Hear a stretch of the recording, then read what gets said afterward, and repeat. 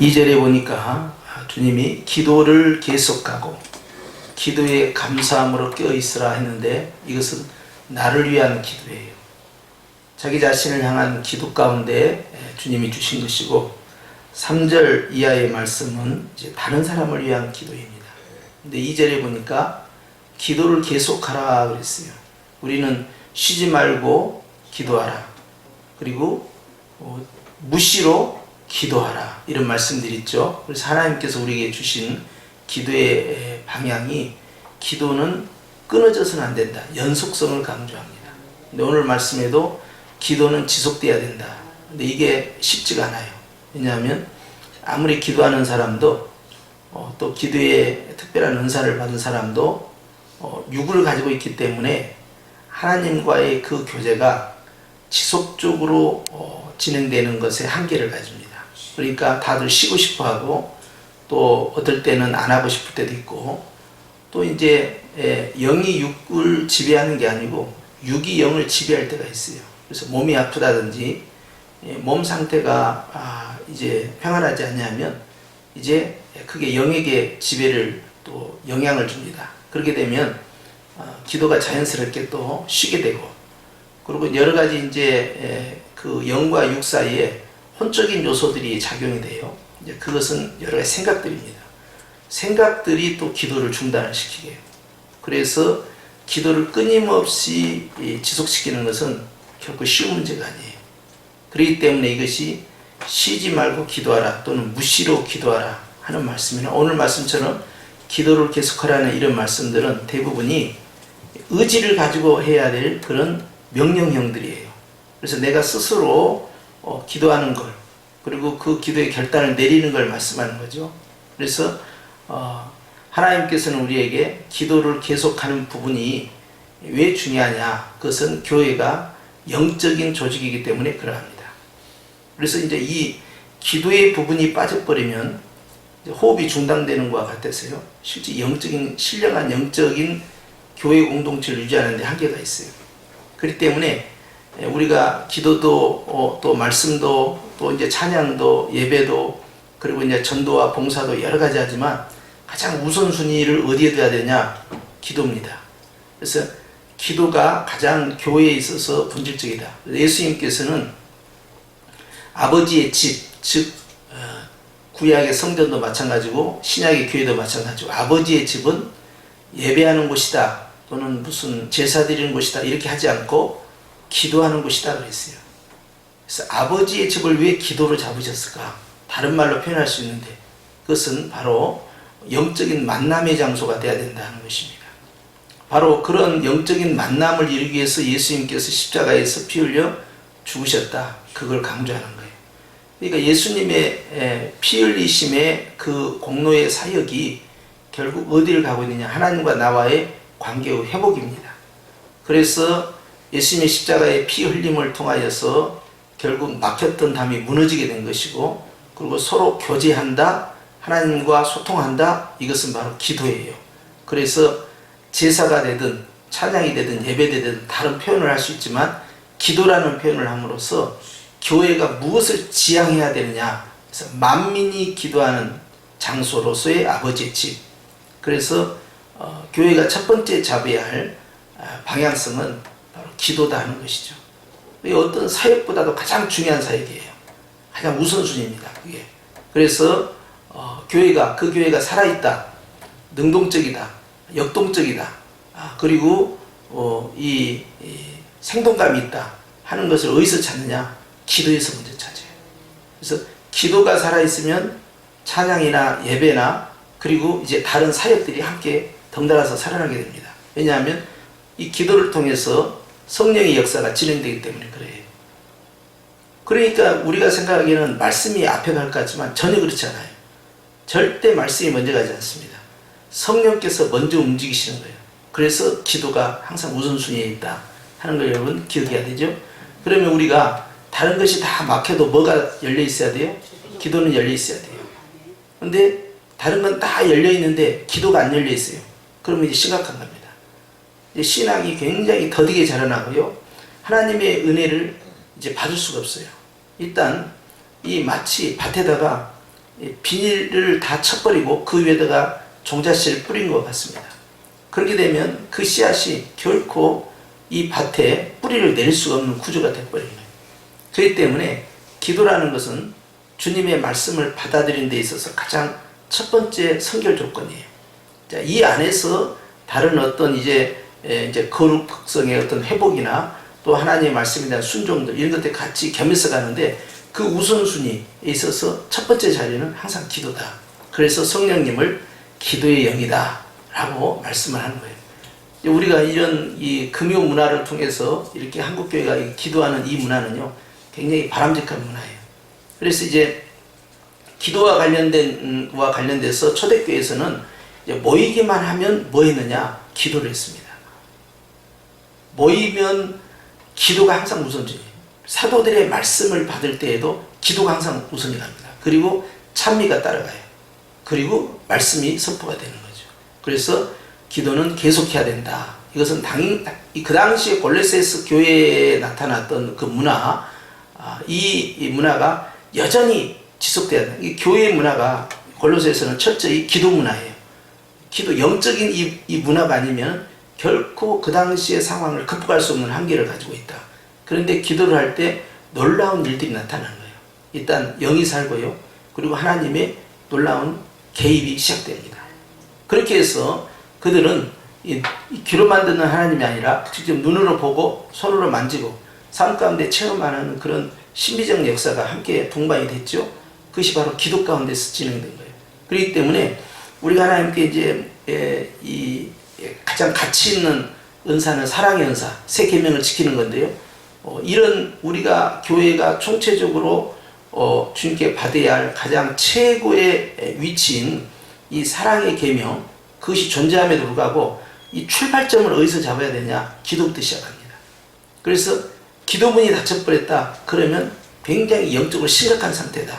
그런데 그건 누가 하느냐? 자기 자신만이 알아요. 다른 사람이 그걸 눈치를 채버리면 이제 이것은 굉장히 상태가 심각해진 거죠. 그런데 내 자신이 가장 먼저 감지를 합니다. 그래서 기도를 할 때 기도문이 어떻게 열리느냐? 그리고 내가 기도줄을 잡고 나아갈 때 몇 분 정도로 하나님께 집중력을 가질 때 기도가 시작되느냐? 이제 그걸 알아야 돼요. 오늘 이제 암에 지금 걸리신 분이 왔는데 이분이 이제 치료를 굉장히 좀 거부를 하고 있어요. 왜 치료를 거부합니까? 그러니까 나는 하나님의 은혜로 낫기를 원합니다. 왜 그렇게 합니까? 감기 걸렸을 때 약 먹잖아요. 그런데 왜 치료를 거부합니까? 하니까 본인이 어떤 계획을 가지고 있냐면 주변의 가족들이 예수님을 믿지 않는다 이거야. 그런데 나를 좀 간증의 도구로 써달라는 거예요. 하나님이 살아계신 것을 나를 통해서 한번 나타내 주시옵소서. 약을 써도 되지만 요즘 이제 표적 항암 치료를 하잖아요. 그런데 그것도 있지만 그러나 본인은 이제 하나님의 특별한 은혜가 나에게 임하기를 원한다는 거예요. 왜냐하면 이 질병을 통해서 주님이 이제 영광을 받으시기 원한다는 거예요. 그래서 좀 기도를 해봐야 되겠다고 그렇게 나가면 지금 계속 몇 달째 치료가 연기되고 있는데 그건 좀 심각해야 한다. 그러니까 일단 목사님이 기도해 주면 내가 다음 달에 병원 다녀와서 상태를 말씀을 드리겠습니다. 그리고 나는 하나님에 대해서 기대감이 굉장히 큽니다. 그래요. 하나님 나를 치료해 주실 거 나는 믿습니다. 그래요. 그래서 믿음은 좋은데 병원 치료를 거부하면 안 된다. 그걸 잘 생각해야 한다. 아니다고. 병원 치료를 해도 문제가 있다는 거예요. 이게 뭐요? 그러니까 그 부위는 치료될 수 있지만 완전히 소멸되지 않고 또 그 주변의 장기에서 반드시 암세포가 다시 재발돼서 자라납니다. 왜냐하면 본인이 바로 재발된 상태이기 때문에 그렇다는 거예요. 그렇기 때문에 표적 항암 치료를 한다고 해서 결코 이게 완치가 되고 앞으로 암에 걸리지 않는다? 그것은 절대 아니라는 거예요. 이분이 이제 간호사예요. 그러니까 알아요. 그 내용을 어떤 상태인지를. 그래서 알겠다고. 근본적으로 치료되지 않냐면 언제든지 재발될 수 있다는 그런 부분 앞에서 기도를 해야 된다. 그럼에도 불구하고 치료 여부는 부인에 거부해서는 안 되고 우리가 다음 달에 보자 그랬어요. 그런데 이분이 이제 그 암에 걸리니까 이제 운동도 하고 음식도 먹어야 될 거 아니에요. 음식을 잡수는데 운동을 어떻게 하는가 보니까 이 집에서 아침에 일어나서 아침 식사를 한 후에 이제 거실에서 자전거를 돌린다는 거예요. 그리고 나서 아파트로 엘리베이터를 타고 내려간답니다. 그러면 1층에서 15층까지 걸어 올라간대요. 그것을 5번을 한답니다. 내려오면서 쉬고 다시 또 올라가고, 올라가는데 5분 밖에 걸리지 않는다는 거예요. 15층까지. 그런 다음에 이제 잠깐 쉬었다가 10분 정도 쉬었다가 이제 30분 이상을 걷는답니다. 그래서 관절이 어떻습니까? 이게 다행히 관절은 괜찮다는 거예요. 아, 그러냐고. 그래서 1시간 반에서 한 2시간 정도 그렇게 운동을 했는데, 거기에서 이제 그런 이야기를 하더라고요. 목사님, 나는 기도를 어떻게 방향을 할까 하다가 지난번 목사님이 주기도문만 해도 그것이 기도라고 하지 않았습니까? 그래서 나는 계단에서 위로 올라가고 운동할 때까지 계속적으로 주기도문을 암송하는데요.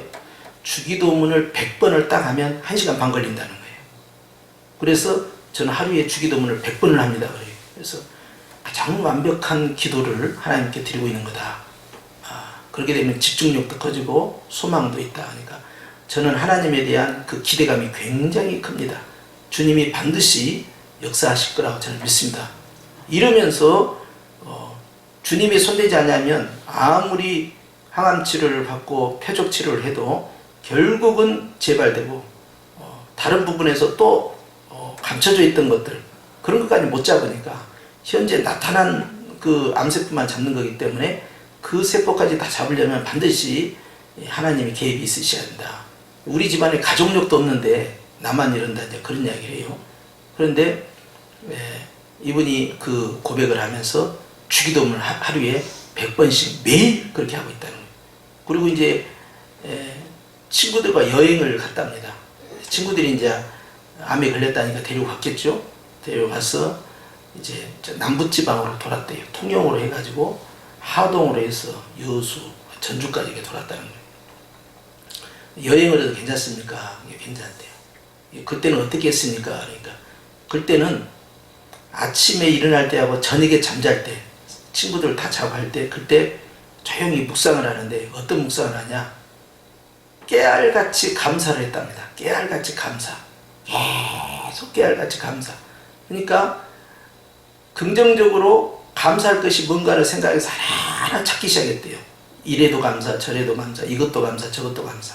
그러니까 이제 생활의 문제, 자녀들의 문제, 이 자신의 치료를 비롯한 미래의 문제에 대한 그런 불안이나 걱정이나 근심이나 이런 스트레스를 감사로 다 녹여버린 거예요. 아, 그러냐고. 그걸 근데 매일 하고 있느냐? 그러니까 자기는 매일 한다는 거예요. 목사님이 하라고 했잖아요. 그래서 아니, 그래서 나는 그렇게 순종 잘한 사람 별로 많이 못 봤다. 근데 정말로 그렇게 하고 있느냐? 그렇게 한다는 거예요. 아, 그러냐고.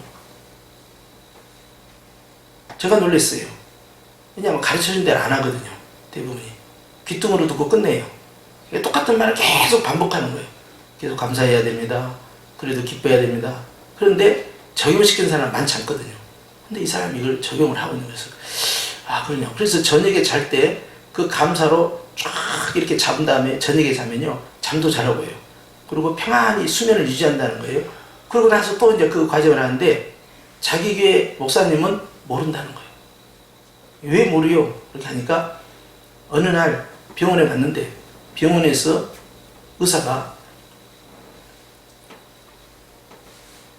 치료가 된 게 아닌데, 암세포가 완전히 없어진 게 아닌데 그대로 있는데 괜찮습니다 그런 거예요. 괜찮습니다. 그런데 그 말을 듣고 와가지고 다 치료를 받았다라고 목사님한테 이야기를 해본 거야. 그러니까 목사님이 그걸 선포를 해버렸어요. 성도들한테. 아무개나 하나님의 은혜로 암이 다 치료돼 버렸습니다. 그래버린 거예요. 그러고 나서 병원에 다시 가니까 암세포가 그대로 존재하는 거예요.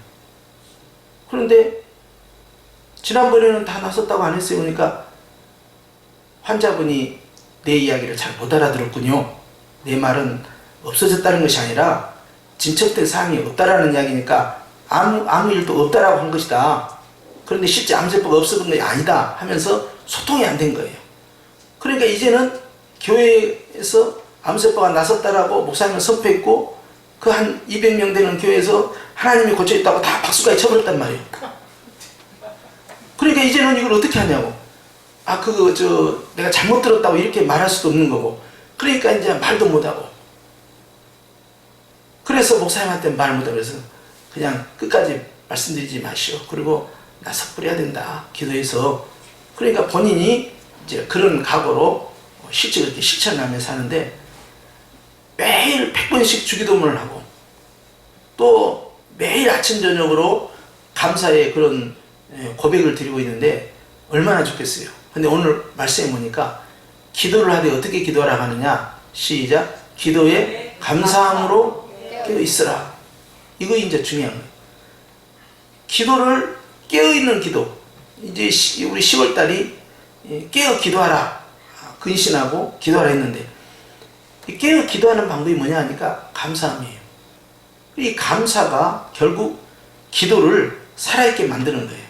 그래서 산기도, 죽은 기도가 아니라 올라가는 기도로 만드는 방법이 뭐냐 하니까 감사기도인데 그걸 깨알같이 찾아서 감사하는 거예요. 그러면은 이게 10분이고 20분이고 30분이고 기도가 길게 쭉 들어가는 거예요. 그러니까 마음에 스트레스가 있어요, 없어요? 없는 거죠. 그래서 사단은 질병을 통해서 마음을 장악하려고 하는데 이 마음을 장악하려고 하는 사단의 계획이 무산이 되는 거죠. 이것을 바로 욥이 썼던 방법이에요. 사단이 욥의 육체를 질병으로 치니까 궁극적으로 기대하는 바는 그의 마음을 휘어잡아서 하나님께 원망하도록 만든 거죠. 그런데 욥이 감사 욥법을 써버린 거예요. 결국 욥이 이겼습니다. 그래서 이제 이 집사님도 그 방법을 쓴 거예요. 똑같이 감사함으로 계속 나가는 거예요.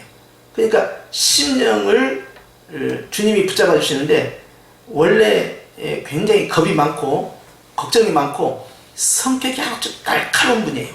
굉장히 예민해요. 몸도 굉장히 호리호리하고 그런 분인데 아주 예민한 스타일의 성격이에요.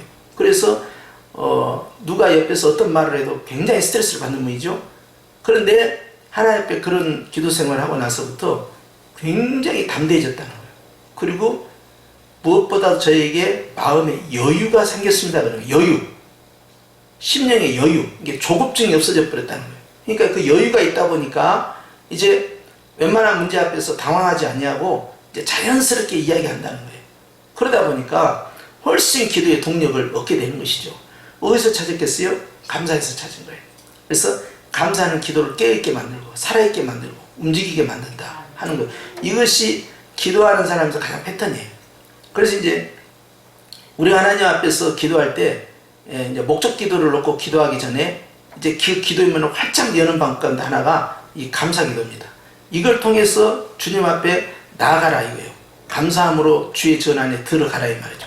이렇게 들어가서 기도의 문을 열어놓고 그 다음 단계로 성령이 이끄신 대로 이제 기도가 나가기 시작하는 거예요. 그래서 첫 번째가 바로 2절이고요. 그 다음 3절로 갑시다. 3절은 자신을 위한 기도가 아니고 이제 타인을 향한 기도인데요. 시작. 또한 우리를 위하여 기도하라 그랬어요. 자, 우리라는 건 누굽니까? 바로 저자인 사도 바울과 복음을 전하는 사람이에요. 우리가 국가별로 이제 경기를 할 때도 국가를 대표하는 대표 선수가 있지 않습니까? 그런 것처럼 모든 교회가 기도하고 모든 교회가 다 전도를 해야 되지만 실상 특별히 그 일이 아주 전념하고 전담할 수 있도록 전도자를 세우게 됩니다.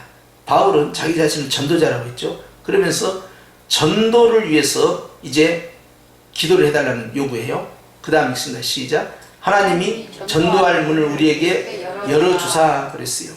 아, 전도도 뭐가 있다? 문이 있다는 거예요. 게이트가 있다는 겁니다. 그러니까 근데 이 말씀을 다른 번역에서는 말씀의 문 그래요. 자, 기도의 문이 열리게 되면 그 다음에는 전도의 문 또는 말씀의 문 또는 비밀의 문이 열린다는 거예요. 아, 문이 있구나. 그렇습니다. 주님께서도 기도할 때 구하라 그리하면 주실 것이고 그랬어요. 찾으라 그러면 찾을 것이요. 그 다음에 문을 두드리라 그랬어요. 그러면 문이 열린다 그랬죠. 그런데 기도의 문이 열리게 되면 그 다음 문이 뭐가 열려요? 전도의 문, 말씀의 문이 열린다는 거예요. 그래서 이제 이 말씀의 문, 이제 사도들이 이제 스테반을 비롯한 7집사를 세우고 나서 그들에게 이제 이야기한 것이 그겁니다. 우리가 기도하는 것과 하나님의 말씀을 전하는 일, 이 일에 전념하겠다. 그래서 7집사로 하여금 구제사역을 하도록 하죠. 마찬가지예요. 본인이 해야 할 자기 역할이 있다는 거예요. 자기 역할이 뭐냐를 분명히 따지는 거예요. 첫 번째는 뭐예요? 기도의 문. 두 번째는 바로 전도의 문 또는 말씀의 문을 열어달라. 아, 이것도 문이 열려야 되는구나. 주님께서 막으시는 경우가 있죠. 이제 사도 바울 같은 걸 체험을 했어요. 이제 아시아에서 복음을 전하고 있을 때 그가 아시아 쪽이 아닌 마케도니아 지역, 마케도니아 지역은 이제 어떻게 됩니까? 물 건너서 가게 돼요.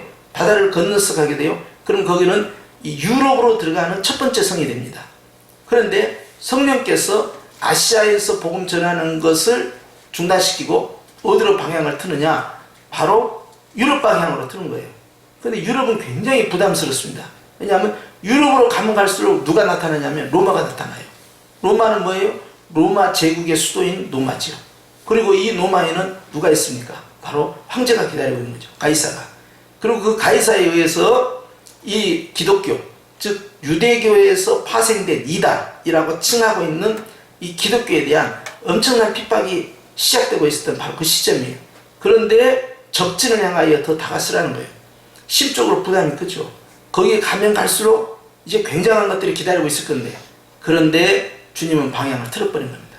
아시아에서의 전도 사역은 사도 바울은 끝났다. 다른 사람들은 아시아에서 할 망정 바울은 아시아에서 더 이상 할 수가 없는 거예요. 그러니까 유럽으로 가라는 거예요. 그래서 유럽 방향으로 틀었을 때 성령께서 이제 복음 전하는 것을 막아버리고 그리고 기도의 방향을 틀기 시작합니다. 환상 가운데 마케도니아 사람이 손짓하는 것을 보게 된 거예요. 그리고 비밀을 잡으니까 주께서 방향을 틀으라는 거예요. 그래서 선교 방향을 틀어버립니다. 그러니까 전혀 다른 문화권이에요. 그래서 터키를 중심으로 한 아시아권과 이제 유럽을 중심으로 한 이제 이 복음 전하는 그 권역이 이제 완전히 구분돼 버리니까 이렇게 해서 이제 바울이 기도의 그 받은 내용대로 전도를 하게 됩니다. 그럴 때 전도의 문이 열렸어요. 똑같은 거예요. 하나님께서 어느 쪽 방향을 열어주느냐, 말씀의 문, 전도의 문, 그걸 열어주는 것이 중요하다는 거예요. 그래서 항상 열린 문이 중요합니다. 이 오픈도어가. 이 새 예루살렘 교회는요, 동서남북 사방으로부터 항상 열려있는 문이에요. 닫혀있지 않다. 365일 말이죠. 24시간 항상 열려있다. 그래서 누구든지 들어올 수 있도록 하고 축복으로 가득 채워지죠. 마찬가지예요. 하나님의 전도의 문을 열어주옵소서. 그렇게 기도하게 합니다. 이유는 뭡니까? 전도의 문, 말씀의 문이 열리면 뭐가 나가냐? 비밀이 나간다는 거예요. 어떤 비밀이냐니까 예수의 비밀이 나간다는 거예요. 그럼 우리가 생각하기에 예수의 비밀을 우리가 다 알고 있다고 생각하는데, 바울은 우리가 예수를 지금까지 들은 기본적인 것에서 끝난 것이 아니라 더 깊이 있는 단계로 끌고 가는 것이죠. 이미 예수님을 영접한 사람들에게도 여전히 예수님의 비밀의 문이 열려야 된다는 거예요. 그러니까 사도 바울은 이 에베소 3장 이 18절 말씀에 하나님의 그 사랑, 그리스도의 그 사랑을 너희가 알아야 되는데 어떻게 알아야 되느냐? 하늘처럼 말이죠. 이렇게 높고 그리고 넓게 그리고 바다처럼 깊게 그리고 인류처럼 길게 그 비밀을 깨달아 알면 아버지의 사랑이 전부 너희의 것이 된다. 깨달아 합니다. 이게 깊이 들어간 자의 것이 되는 거예요. 그러니까 바닷가에서 하는 기도가 있고요. 그 다음에 근해에서 하는 기도가 있고요. 그 다음에 대양에 나가서 하는 기도가 있고요. 또 물 위에서 하는 기도가 있고요. 심에서 하는 기도가 있다 이 말이에요. 그러니까 기도의 단계를 말하는 거예요. 그래서 우리가 이제 가장 높은 단계를 보좌 앞에 기도, 또 가장 높은 기도를 또 지성소 기도라고 하잖아요. 그런 것처럼 예수님 안에 들어가서 그 사랑을 깨닫는 그게 무한대다 이 말이죠. 그것을 깊이 들어가는 거예요. 예수 믿고 구원받은 사람에게도 여전히 그리스도의 비밀이 열려야 되고, 예수님을 모르는 사람에게도 기본적인 그리스도의 복음이 전파가 되는데, 예수님이 그리스도라는 것과 예수님이 나의 죄 때문에 십자가에서 대신 피 흘려 죽으셨다 부활하셨다는 사실, 그것을 계속 전하는 거예요. 자, 이런 그리스도의 비밀을 단계적으로 계속 전하기를 원합니다. 그래서 그리스도의 비밀을 말하게 하시길 구하라. 이것이 바로 선교지에서 행하는 바울의 행위예요. 자, 근데 그 다음에 이렇게 고백합니다. 시작. 내가 이 일 때문에 매임을 당하였느라. 이 참 놀라운 고백이에요. 자기는 다른 것이 자기를 묶을 수 없다. 환경, 처자식. 우리가 알기로는 바울은 독신입니다. 대부분의 학자들이 거기에 동의를 하고 있어요. 그래서 홀로 다녔어요. 베드로는 결혼을 했습니다. 그런데 처자식이 있는 것과 처자식이 없는 것하고 굉장히 행동이요, 민첩성이 달라요. 자기만 결단하면 모든 것이 이루어지죠. 그런데 자기는 무엇에 묶여 있느냐? 돈에 묶여 있지도 않고 환경에 묶여 있지도 않고 이 상황에 묶여 있지도 않다고, 사람에 묶여 있지도 않다는 거예요. 바울이시여 에베소서 3년만 하고 가시면 안 됩니다. 3년은 이 양떼들은 누가 합니까? 이런 식으로 해갖고 거기에 묶여 있는 게 아니라는 거예요. 자기가 묶여 있는 것은 어디에 묶여 있느냐? 오직 그리스도의 비밀을 전하는 일에만 묶여 있다. 그러니까 성령의 이끌림을 받겠다는 거예요. 그래서 성령이 전도의 문을 열어주면 또 하고, 말씀의 문을 열어주면 또 하고, 성령이 이끄신 대로 계속 그 매임에 자기가 끌려다니겠다 하면서, 이것은 이 일 때문에 매임을 당했다. 바꿔 말하면요, 다른 걸로는 나를 묶어둘 수 없다. 이것을 좀 고백하는 거예요. 4절 갑니다. 4절에는 시작. 그리하면 내가 마땅히 할 말로서 이 비밀을 나타내리라 그랬어요. 자, 비밀이라는 단어가 두 번이나 반복됐는데요. 바울은 그리스도에 관한 선포를 비밀이라고 말합니다. 비밀이라는 건 감춰졌던 것이 드러난 거예요. 알려지지 않았던 것을 알린 거예요. 극소수의 사람이 소유하고 있었던 것들을 다수의 사람이 알도록 오픈해 준 거죠. 자, 그런데 내가 그렇게 말을 함으로써, 내가 전도의 문이 열리고 말씀의 문이 열렸어, 복음을 전파함으로써 그리스도의 비밀이 다른 사람들에게 다 공개가 돼야 된다. 이것이 바로 전도다 하는 거예요. 그래서 마땅히 할 말로써 이 비밀을 나타내리라. 자, 말씀이 제한되지 않습니다. 성경을 통하여서요, 예수님의 비밀의 말씀이 완전히 풀어지겠다는 거예요. 그러니까 말씀이 이렇게 제한되지 아니하고 풀어지는 이 일을 위해서 세움을 받은 자이기 때문에 여전히 말씀이 계속적으로 풀어져야 되고, 계속적으로 선포돼야 되고, 계속적으로 증거돼야 된다. 이것을 강조하는 거죠. 바로 이 일을 위해서 매임을 당했다. 바로 이 문제를 놓고 기도하라는 거예요. 왜 예배를 드릴 때 말씀을 증거하는 분을 위해서 왜 기도합니까? 그것은 바로 이 원리예요.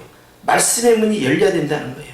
말씀의 문이 열릴 때 똑같은 성경, 한글로 된 성경인데 그 말씀의 비밀이 어느 단계까지 열릴 것이냐, 어느 정도 깊이까지 열릴 것이냐, 어느 정도까지 주님 앞에서 선포될 것이 하는 것이 결정이 돼요. 그래서 이제 성령의 강림을 체험한 초대교회 성도들이 마가의 다락방에서 그들이 방언으로서 고백을 할 때 이렇게 고백됩니다. 성령의 말하게 하심에 따라 말하더라.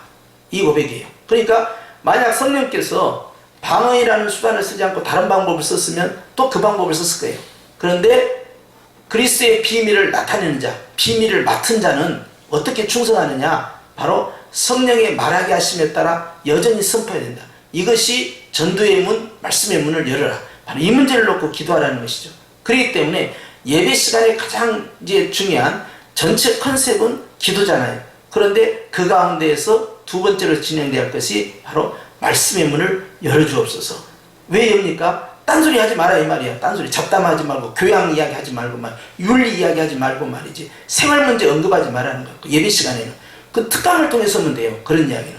그런데 설교 시간에는 뭘 하냐? 그리스도의 비밀만을 이야기하라는 거예요. 성경을 통하여서 신구약 성에 들어있는 그리스도의 이 무궁무진한 비밀을 그걸 드러내라, 나타내라, 선포하라는 거예요. 그것이 바로 영이다 하는 거예요. 그래서 바로 주님이 하신 말씀이 영이 되고 진리가 되고 그 말씀을 선포할 수 있도록 교회는 기도해야 된다. 그래서 교회에서 가장 중요한 건 그거예요.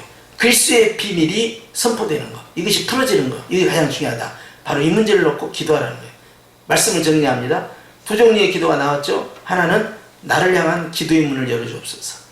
그 기도의 문을 깨어있게 만들고 살아있게 만드는 방법은 뭐라고 그랬어요? 감사라고 그랬어요. 감사를 아주 구체적으로 하라는 거예요. 깨알같이 하라는 거예요.